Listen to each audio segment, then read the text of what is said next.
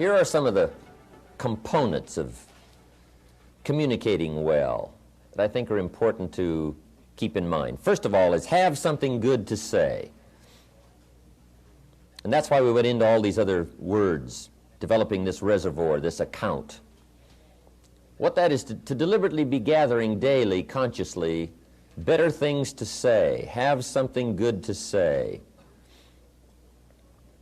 Good communication takes conscious preparation. When you hear a story, you just say, oh, I'm sure I can use that in years to come. That's a great story. I got to remember that.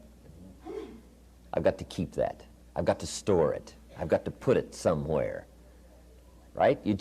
You're alert all day long in gathering up things to have something good to say.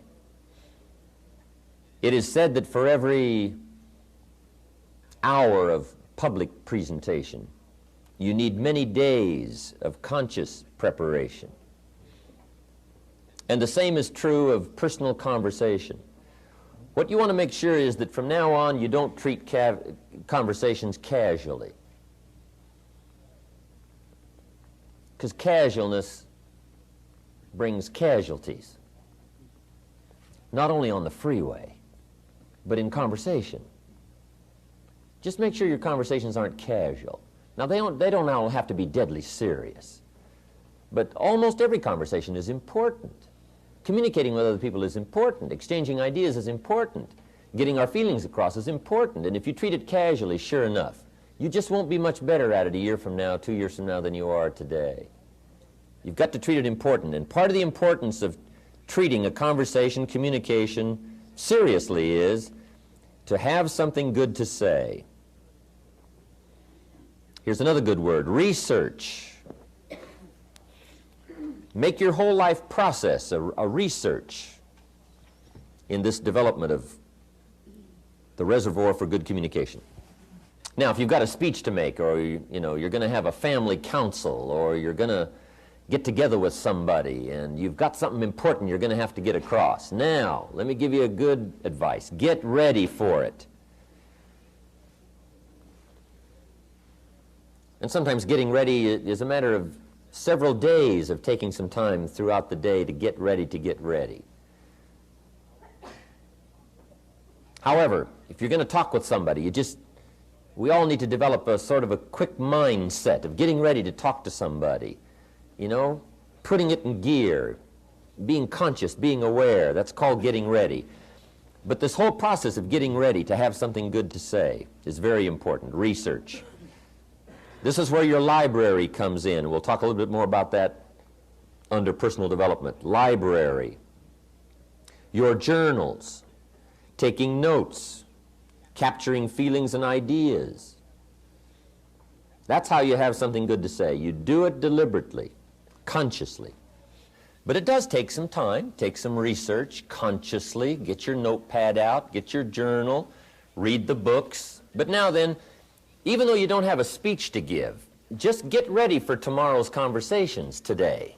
Get ready for next month this month. Get ready for next year this year. Always be a day ahead and a step ahead and a year ahead in your research and your development, in researching your own feelings and life and what's going on, so that no matter what conversation comes up, what chance to communicate comes up, whether it's a business communication or a personal communication, whether it's social, whatever it is, you'll be more ready for it a few months from now than perhaps you are now, just because you're doing it deliberately and consciously. So that's number one, have something good to say. First step to good communication. Here's the second step. Say it well. Part of communication is saying it well. And there are some key points on saying it well. Having a good conversation that gets your point across, but also gets the job done. Saying it well is a matter of repetition, conscious repetition. Some people say it over and over and over, but they don't get any better at it. But conscious participation, repetition, will help you to say it better. See, my first seminars, they were not that good. I'll admit that. But guess what? I did it again with the thought in mind of getting better. I did it again with the thought in mind of getting better. Okay? I practiced it some more. I did it some more.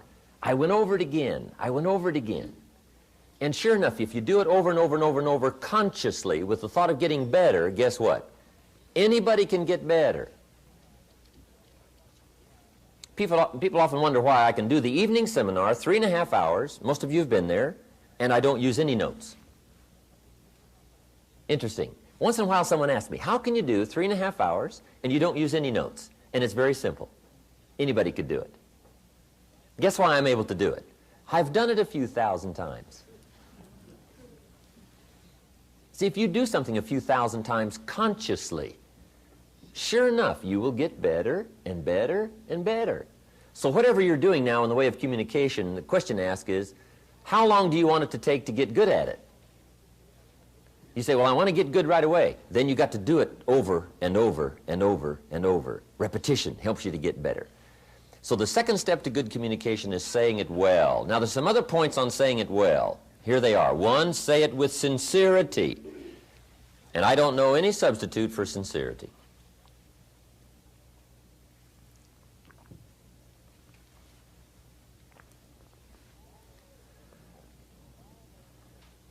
Almost everybody wants the feeling from someone else that you are being sincere, that you're not playing games with me, that you're really disclosing to me your true feelings, your true awareness, what's going on in your life and your heart and your soul and your mind. Sincerity, there's no substitute for that.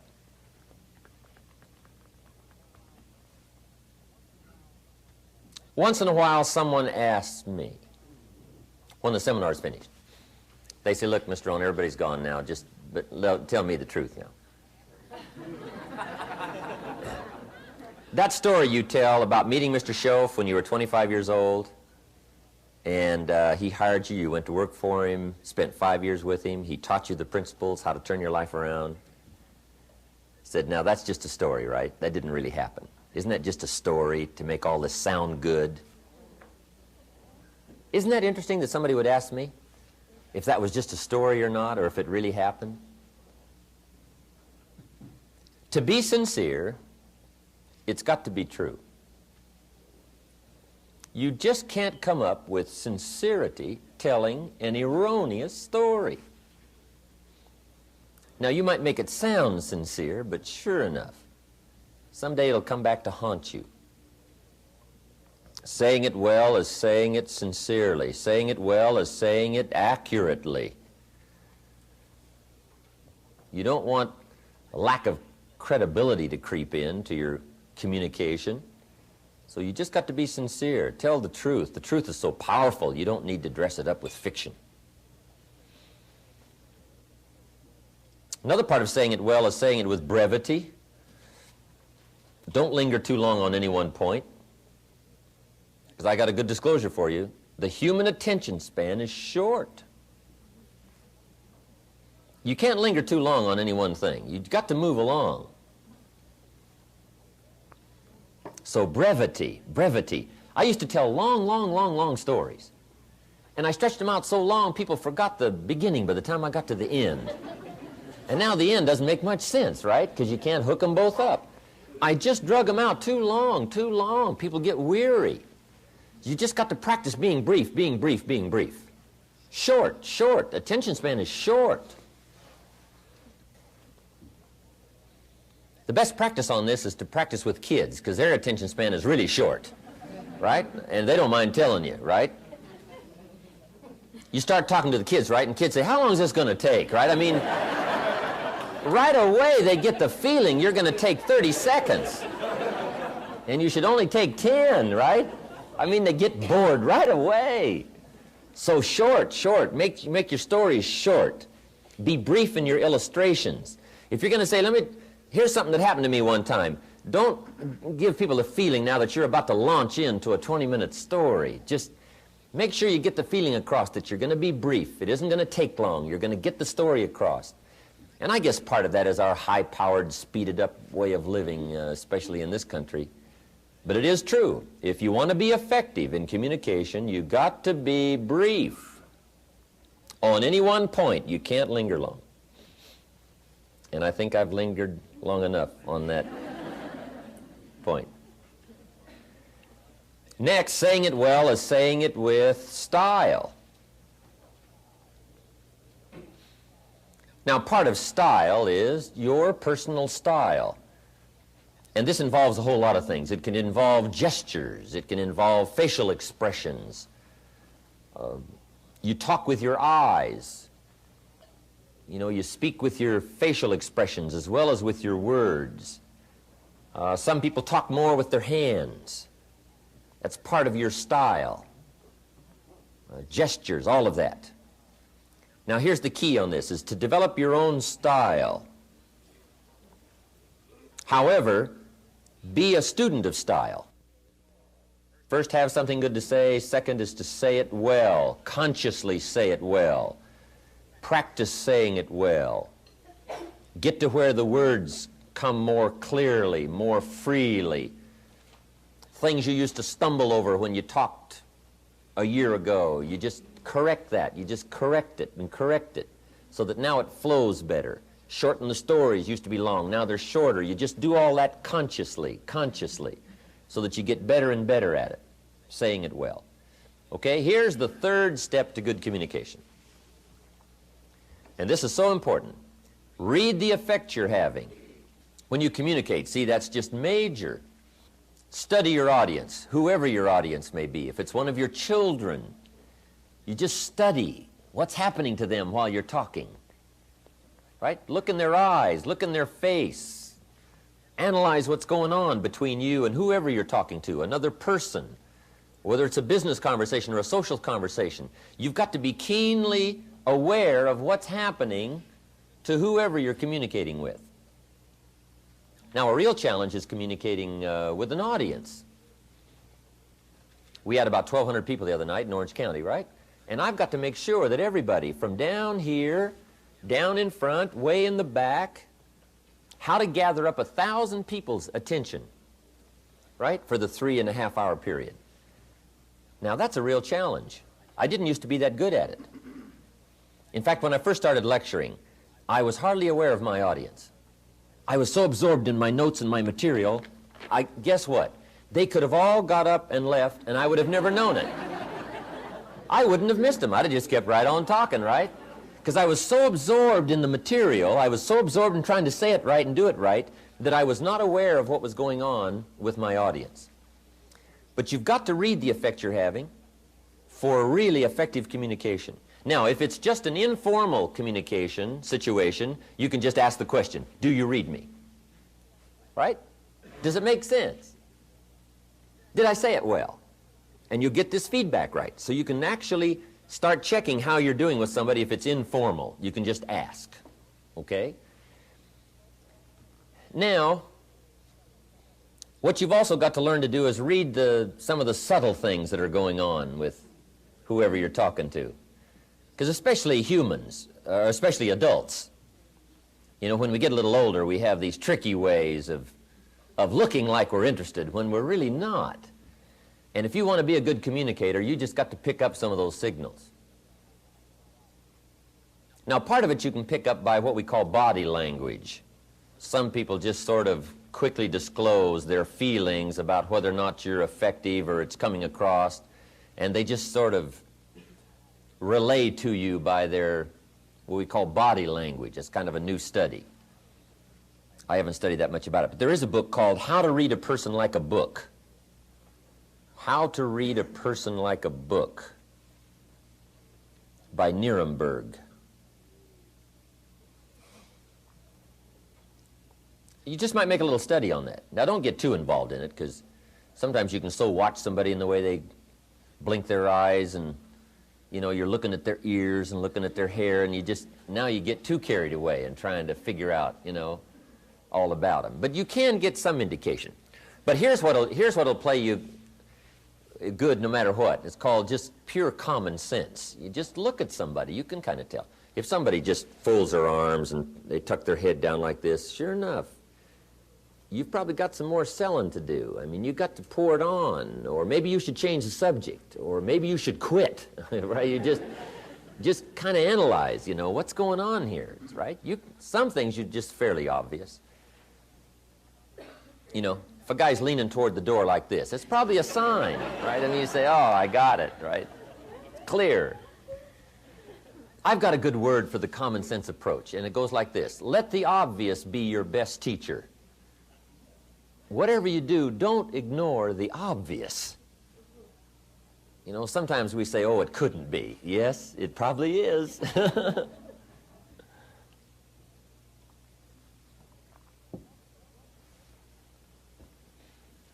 But adults especially, sometimes this is a bit tricky. People smile, nod their head like this, and they got you shut off, and you just don't know. Because in good communication, you cannot mistake courtesy for interest. Sometimes people will be courteous, but that doesn't mean they're interested. Now, if you mistake their courtesy for their interest, now, see, you've lost the hold on good communication. Also, you can also develop a sense of picking up signals. I think the women probably have it over on the men when it comes to this sort of sixth sense of being able to tell, no matter what the situation looks like. Women have this uncanny gift. I guess men can develop it, but the women already have it. You know, the antenna is out. I mean, they pick up signals nobody else can pick up. I mean, the men don't have a chance. I think part of it is because until the industrialized society came, women were primarily the protectors. The man was the provider, right? He was gone. He was out there getting the game or whatever, and the woman was the protector. So I think the woman has devised these incredible sensitivities to danger and what's going on, what's happening. They're uncanny. Even the Bible says there's sheep and there's the shepherd, and then there's the wolves. That's what it says. Life is kind of like that, shepherd and sheep and wolves. It says also some wolves are so clever, they've learned to dress up like sheep and talk like sheep, I guess. That's what it says. Some are wolves in what? Sheep's clothes. Now, see, you got to be clever. Huh. The man says, well, looks like a sheep, talks like a sheep. Woman says, ain't no sheep. I mean, take my word for it. But that's that long developed instinct, I guess, right? In the middle of the night, she says, wake up, something isn't right out there. He says, right? I mean, he's gone, right? She says, no, something, right? She has this uncanny sense. So that's part of, you know, being able to read is picking up, Mr. Shove called it signals. He says we all throw off signals, vibrations. You know, I don't understand all I know about that. But have you heard the expression, a dog can tell whether or not you're afraid of him? I guess that's true. We throw off a certain kind of signal, and animals, right, they just pick it up, they know. And you can't fake them out, right? You can say, I'm not afraid of you. Dog says, who are you kidding, right? I mean, come on. Okay, being able to read. That's so important, reading your audience. How you're doing. Should you speed up? Should you slow down? Should you change the subject? Should you be a little stronger? Just be more aware of whoever you're talking to. Right? Look a little more intently at somebody. Try to pick up what's happening between you and the audience or the person or the child or the business partner. You can't believe how it will affect your ability to communicate if you'll practice this part of picking up what's happening between you and someone else. Now here's number 4. The fourth step to good communication is intensity, strong feelings. Here's what changes the whole effectiveness of good communication. Strong feelings. In affecting other people with words, here's a key breakdown to keep in mind. And it goes like this. To affect other people with words, it's 20% what you know, and it's 80% how you feel.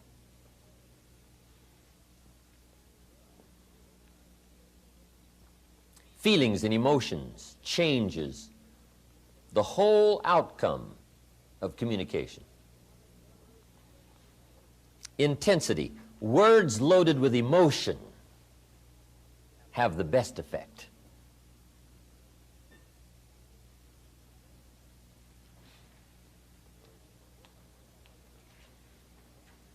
Words might be like a little straight pin, right? When a guy buys a shirt, right?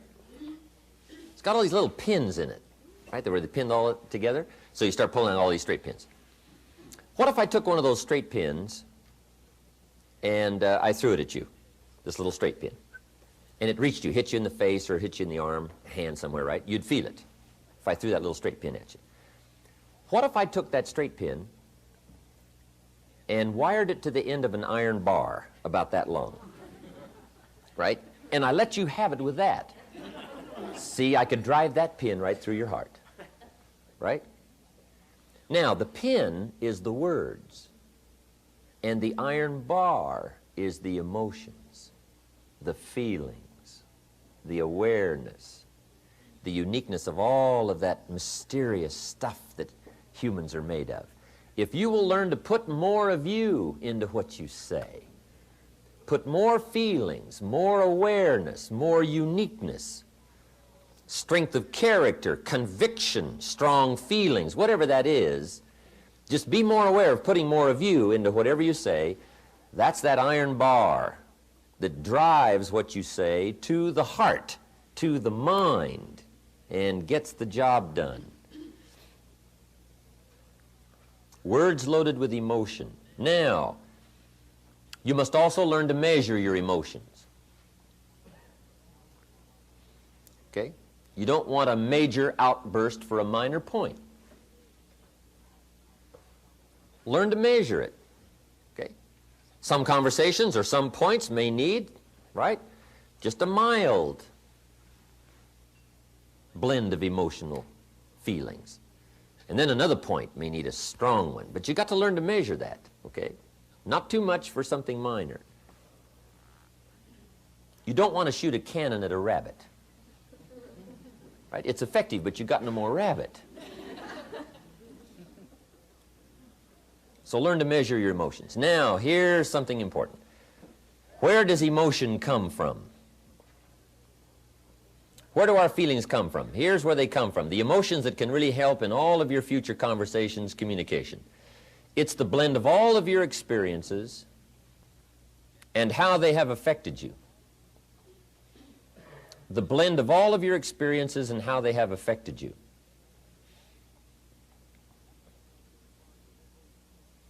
That creates now your emotional content, creates your emotional vitality and worth.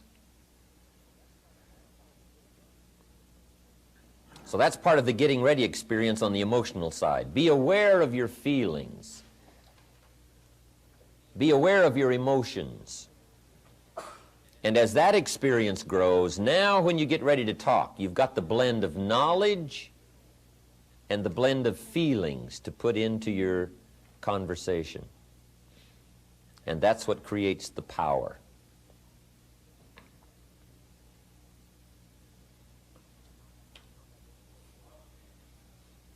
Now I have one more point and we'll take our break.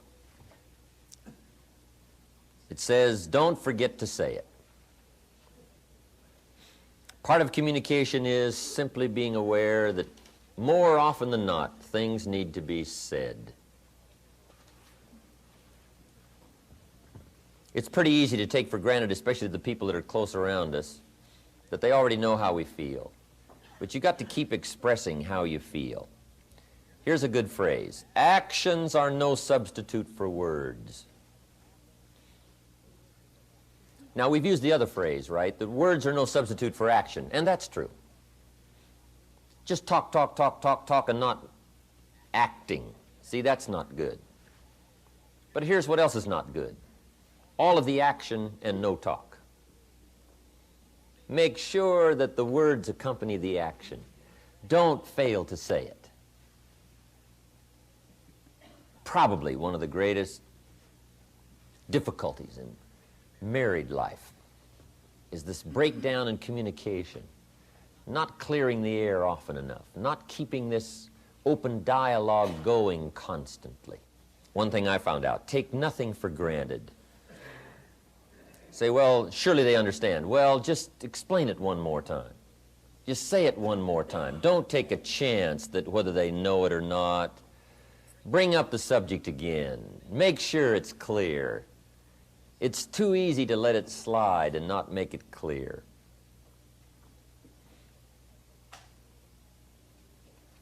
Especially the people around you. So how often do you have to tell the people that you love them? How often? Answer, often. Often. We all need reassurance. We all need it to be clear and pointed so that we know. There are some things you just don't let go. And there are some actions that will only say certain things, they won't say at all. You can give somebody flowers, but flowers won't do all the talking. Flowers say, you remembered. That's probably what flowers say. But flowers don't say, you do incredible things to me. Nobody affects me like you do. Now, see, flowers will talk, but they won't say that. That's the card you've got to put along with the flowers. Let the flowers say whatever they can say, but then don't fail to put the other words with it, because the words are so important. Judy gave me this watch back when I had a birthday in 1972, I believe it was. And it was a neat watch, Le Coultre. If all goes wrong, I can cash the watch in and live for a while, right? I mean, Judy was always doing things like that. Fabulous watch, neat gift for my birthday. But see, better than the watch was what she wrote on the back. I appreciated the watch, but the words were better than the watch. On the back, she had inscribed, "My love for all time. Your Judy, September 1972.